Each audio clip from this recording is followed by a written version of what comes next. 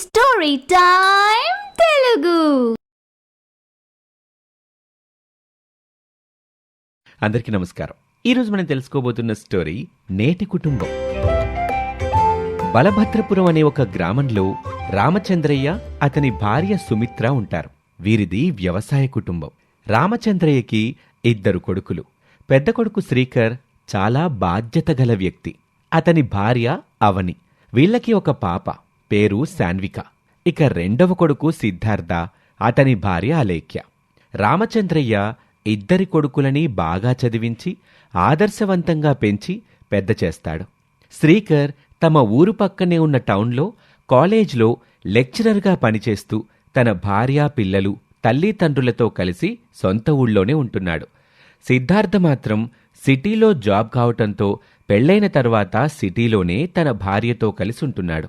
కానీ పెళ్లైన కొద్ది రోజులకే జాబ్ మానేసి సోషల్ మీడియా స్టార్ అవ్వాలనే ఆశతో యూట్యూబ్, ఇన్స్టాగ్రామ్ స్టార్ట్ చేసి రీల్స్ చేస్తూ వీడియోస్ పెడుతూ ఉంటాడు. సిద్ధార్థకి తోడు అలేఖ్యకి కూడా అదే ఇష్టం ఉండటంతో ఇద్దరూ వ్యూస్, లైక్స్ కోసమే అదే లోకంలో ఉంటూ ఉంటారు. ఒకరోజు ఊళ్ళో పండగ కావటంతో, శ్రీకర్, తమ్ముడేమైనా ఫోన్ చేశాడారా? పట్నం నుంచి ఈరోజే వస్తున్నావన్నాడు. ఊళ్ళో పండగ వాతావరణం మొదలైంది. వాళ్ళు కూడా వచ్చేస్తే అందరితో కలిసి మన ఇల్లు కూడా సందడిగా ఉంటుందని అడిగాను. వస్తున్నానన్నా, కాని వాడొచ్చేది మీ ప్రేమ కోసం కాదు, మన ఊరి వాతావరణాన్ని, మిమ్మల్ని వీడియోలో చూపిస్తే వ్యూస్ ఎక్కువగా వస్తాయని తన భార్య అలెక్కితో కలిసి వస్తున్నాడు. ఏంటండి మీరు? మరిదిగారు పట్నం నుండి వస్తుంటే ప్రేమతో స్వాగతించాల్సింది పోయి అలా మాట్లాడుతున్నారు. ఈ మధ్యనే కదా పెళ్ళయింది. పైగా అలేఖ్య పట్నం అమ్మాయి. తనకి మన ఊరు, ఇల్లు కొంచెం కొత్తగా ఉంటాయి. నీకు తెలీదవని, వాడు రోజంతా ఫోన్ పట్టుకుని కెమెరా ముందు నటించటం అలవాటు చేసుకున్నాడు. ఈ రోజు ఇక్కడికి వచ్చాక కూడా అదే రచ్చ చేస్తాడు అని శ్రీకర్ చెబుతూ ఉండగానే అప్పుడే ఇంటి ముందు ఒక కారు వచ్చి ఆగుతుంది. శ్రీకర్ అనుకున్నట్టుగానే సిద్ధార్థ, అలేఖ్యలు కారు దిగిన క్షణం నుంచే వారి ఫోన్ కెమెరాలు ఆన్ అవుతాయి.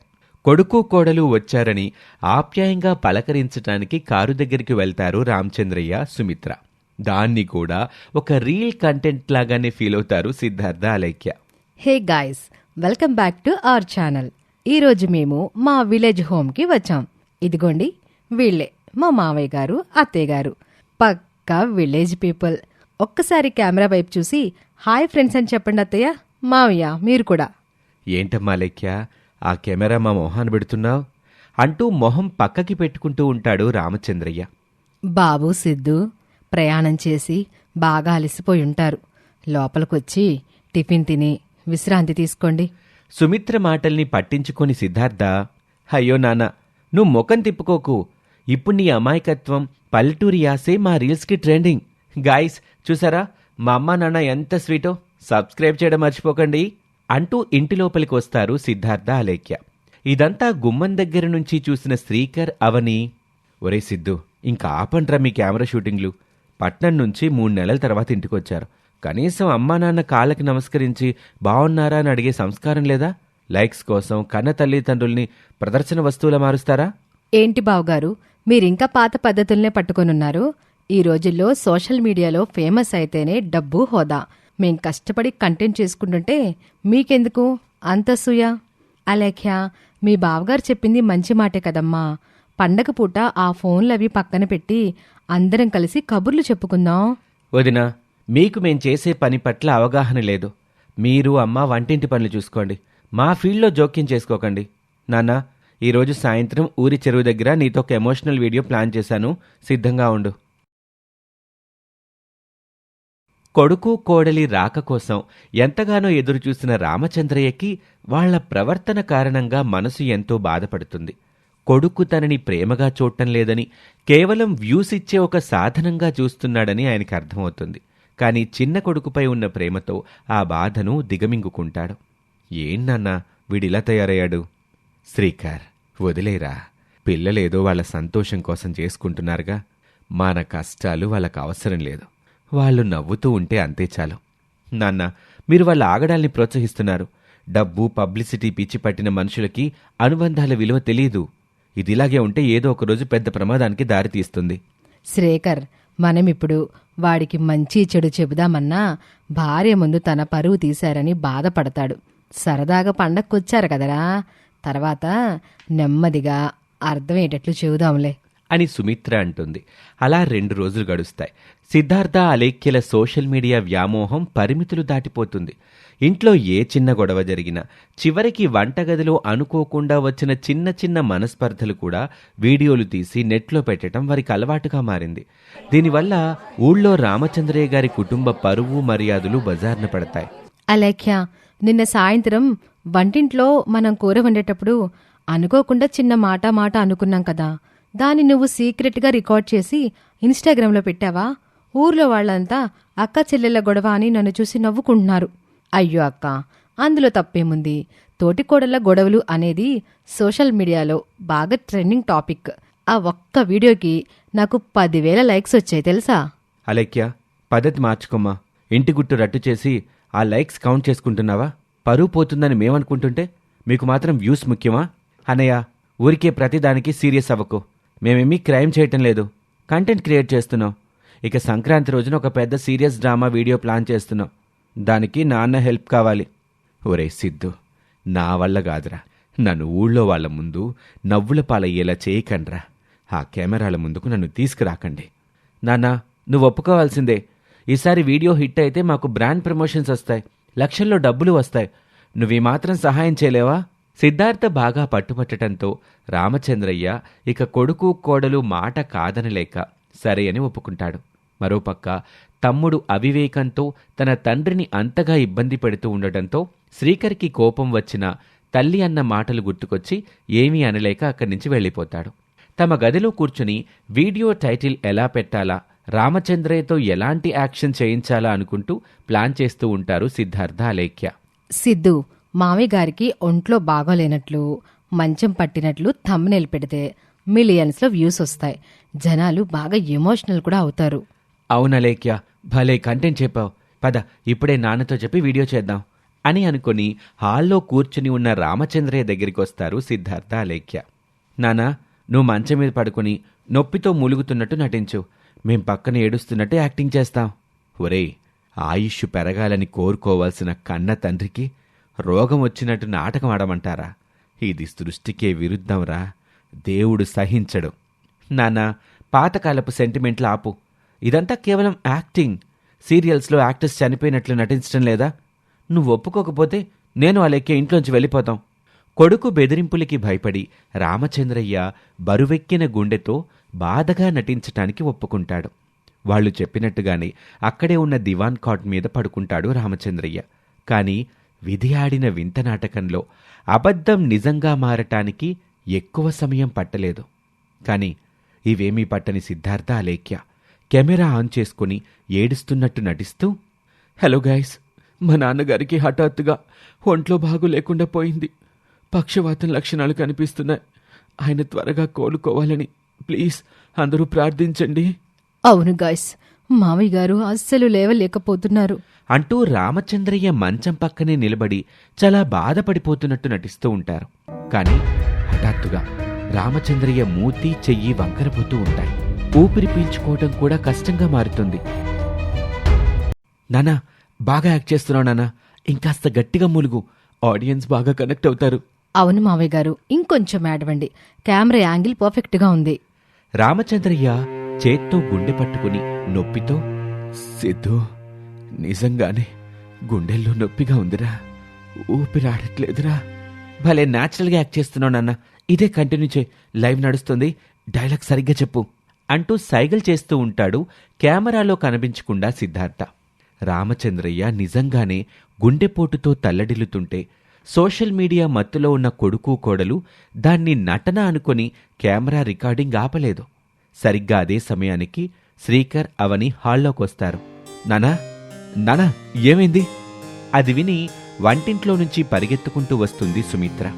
అప్పటికే రామచంద్రయ్య నోటి నుంచి నొరగొస్తూ ఉంటుంది. అయ్యో శ్రీకర్, మీ నాన్నకేమైందిరా అంటూ ఏడుస్తూ కంగారు పడిపోతూ ఉంటుంది సుమిత్ర. నాన్నకి నిజంగానే గుండెపోటొచ్చిందిరా. రాక్షసుల్లారా, ఆయన నొప్పితో చచ్చిపోతుంటే రికార్డింగులు చేస్తున్నారా? అయ్యో మావయ్య గారు, కళ్ళు తెరవండి మావయ్య గారు. ఏమండి, త్వరగా హాస్పిటల్కి తీసుకెళ్ళిపోదామండి. ఇదంతా చూస్తున్న సిద్ధార్థ అలేఖ్యలకి అప్పటికి గాని అర్థం కాదు తాము చేస్తున్న పని వల్ల ఏం జరిగిందో. షాక్లో సిద్ధార్థ, నాన్నా, నీకు నిజంగానే ఆరోగ్యం పాడైందా? నేను యాక్టింగ్ అనుకున్నాను నాన్నా. నోరు ముయ్యిరా, నీ కెమెరాలు, నీ వ్యూస్ నాన్న ప్రాణాల కన్నా ఎక్కువైపోయాయా? పదండి, త్వరగా ఆస్పత్రికి వెళ్దాం అంటూ ప్రాణాపాయ స్థితిలో ఉన్న తండ్రిని శ్రీకర్ ఆస్పత్రికి తీసుకుని వెళ్ళిపోతాడు. ఆ వెనకాలే మిగతా వాళ్లంతా బయలుదేరి ఆస్పత్రికి వెళ్తారు. అందరూ ఐసీయూ బయట తీవ్రమైన ఆందోళనతో నిలబడి ఉంటారు. లోపల రామచంద్రయ్యకి తీవ్రమైన గుండెపోటు రావటంతో డాక్టర్లు అత్యవసర చికిత్స అందిస్తూ ఉంటారు. సిద్ధార్థ చేతిలో ఉన్న ఫోన్ నిశ్శబ్దంగా ఉంటుంది. కాని అతడి మనసులో మాత్రం నేరం చేశాననే పశ్చాత్తాపంతో కుమిలిపోతూ ఉంటాడు. అలేఖ్య భయంతో వణికిపోతూ ఉంటుంది. శ్రీకర్ గారు, మీరు తీసుకొచ్చే సమయానికి మీ నాన్న పరిస్థితి చాలా విషమంగా ఉంది. తీవ్రమైన మానసిక ఒత్తిడి, ఆందోళన వల్ల ఆయనకు పెద్ద హార్ట్అటాక్ వచ్చింది. ఇంకో 10 నిమిషాలు ఆలస్యమైతే ఆయన మనకి దక్కేవారు కాదు. ఇప్పుడైతే ప్రాణాపాయం తప్పింది, కానీ ఇంకా స్పృహ రాలేదు. థ్యాంక్స్ డాక్టర్, దేవుళ్ళ నాన్నని కాపాడారు. అన్నయ్య, నాన్నకేం కాదు కదా అన్నయ్య, నన్ను క్షమించు. నేను నిజంగానే నాన్న నటిస్తున్నారనుకున్నాను అన్నయ్య. ఏ ముఖం పెట్టుకుని మాట్లాడుతున్నావురా? కెమెరా వెనకున్న ప్రపంచమే నిజం అనుకున్నా. కంటి ముందర కన్న తండ్రి ప్రాణాపాయంలో నరకం అనుభవిస్తుంటే నీకు వ్యూస్, లైక్స్ కావాల్సొచ్చాయా? నీ సోషల్ మీడియా పిచ్చి ఈరోజు నాన్న ప్రాణాల మీదకి తెచ్చింది. బావగారు, మమ్మల్ని క్షమించండి. మేము డబ్బు, ఫేమ్ వెనకపడి మనుషుల నిజమైన భావోద్వేగాలను మర్చిపోయాం. అలేఖ్య, పట్నంలో పెద్ద చదువులు చదివావు, కానీ కన్న తండ్రి వంటి మావయ్య గారి కన్నీటికి, నటనకి కూడా తేడా తెలుసుకోలేని స్థితిలో ఉన్నావు. ఆ ఫోన్ స్క్రీన్ మీద వచ్చే డిజిటల్ లైక్స్ నీకు ప్రేమనిస్తాయా? ఈరోజు మావయ్య గారికి ఏమైనా జరుగుంటే ఆ లైక్స్ ఆయన ప్రాణాలను తిరిగి తెచ్చేవా?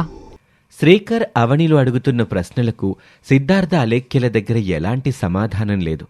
చేతిలో ఉన్న లక్షల సబ్స్క్రైబర్లు, ఫోన్ స్క్రీన్ మీద కనిపించే వేల కామెంట్లు ఏవీ కన్నతండ్రి ప్రాణం ముందు, కుటుంబ ప్రేమ ముందు విలువైనవి కావు అని వారికి అప్పటికే స్పష్టంగా అర్థమవుతుంది. కొద్దిసేపటికి రామచంద్రయ్య కళ్ళు తెరుస్తాడు. అందరూ ఐసీయూ లోపలికి వెళ్తారు.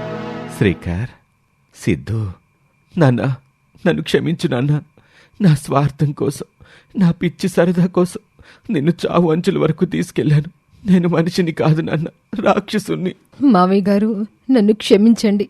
నేను మిమ్మల్ని ఒక కంటెంట్లా చూశాను తప్ప మీరు నా తండ్రి లాంటి వారని అనుకోలేకపోయాను. అమ్మా అలేఖ్య, పర్వాలేదులే అమ్మా. ఒరే సిద్ధు, ఏడవకరా.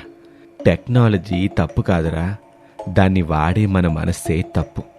మీరు నన్ను చూపించి 4 గోడల మధ్య సంతోషపడితే నాకేమీ బాధలేదురా. కానీ పబ్లిసిటీ కోసం కన్న వాళ్ళ బాధని కూడా అమ్ముకోవటం మొదలు పెడితే అక్కడ బంధాలు చచ్చిపోతాయిరా. నాన్న, నాకు ఈ పిచ్చొద్దు.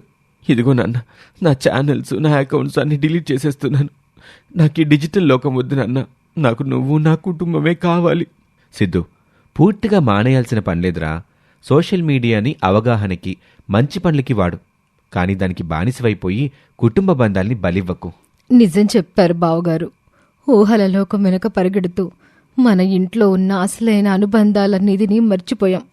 ఇకపై మా జీవితం ఫోన్ స్క్రీన్ మీద కాదు, ఈ కుటుంబం మధ్యలో సాగుతుంది. అవని అక్క, బావగారు, అత్తయ్య, మామయ్య, మీరంతా మా మీద ఎంతో ప్రేమ ఉన్నప్పటికీ మా మంచి కోసమే, మా తప్పులను సరిదిద్దడం కోసమే మాపై కోపడుతున్నారన్న విషయం అర్థం చేసుకోకుండా ఇన్ని రోజులు మిమ్మల్ని అపార్థం చేసుకున్నందుకు మమ్మల్ని క్షమించండి అని అలేఖ్య అనటంతో, అయిందేదో అయిపోయిందిలే అమ్మ అలేఖ్య. ఎప్పటికైనా మీ తప్పు మీరు తెలుసుకున్నారు, అంతే చాలు. ఇకపై మీ తోటి కోడళ్ళు, అన్నదమ్ములందరూ కలిసిమెలిసి సంతోషంగా ఉండడం కంటే నాకు, మీ మావయ్య గారికి ఏం కావాలి చెప్పు అని ఆనందంగా అంటుంది సుమిత్ర. సిద్ధార్థ, అలేఖ్యలు తమ తప్పు తెలుసుకుని బంధాల విలువ తెలుసుకున్నందుకు రామచంద్రయ్య కళ్ళల్లో ఇన్నాళ్లకు నిజమైన ఆనందం కనిపిస్తుంది. సోషల్ మీడియా అనేది ఒక సాధనం మాత్రమే, అది మీ జీవితం కాకూడదు. ఫోన్ స్క్రీన్ మీద వచ్చే లైక్స్ కంటే మీ పక్కన ఉన్న మనుషులు పంచే ప్రేమ 1000 రెట్లు విలువైంది.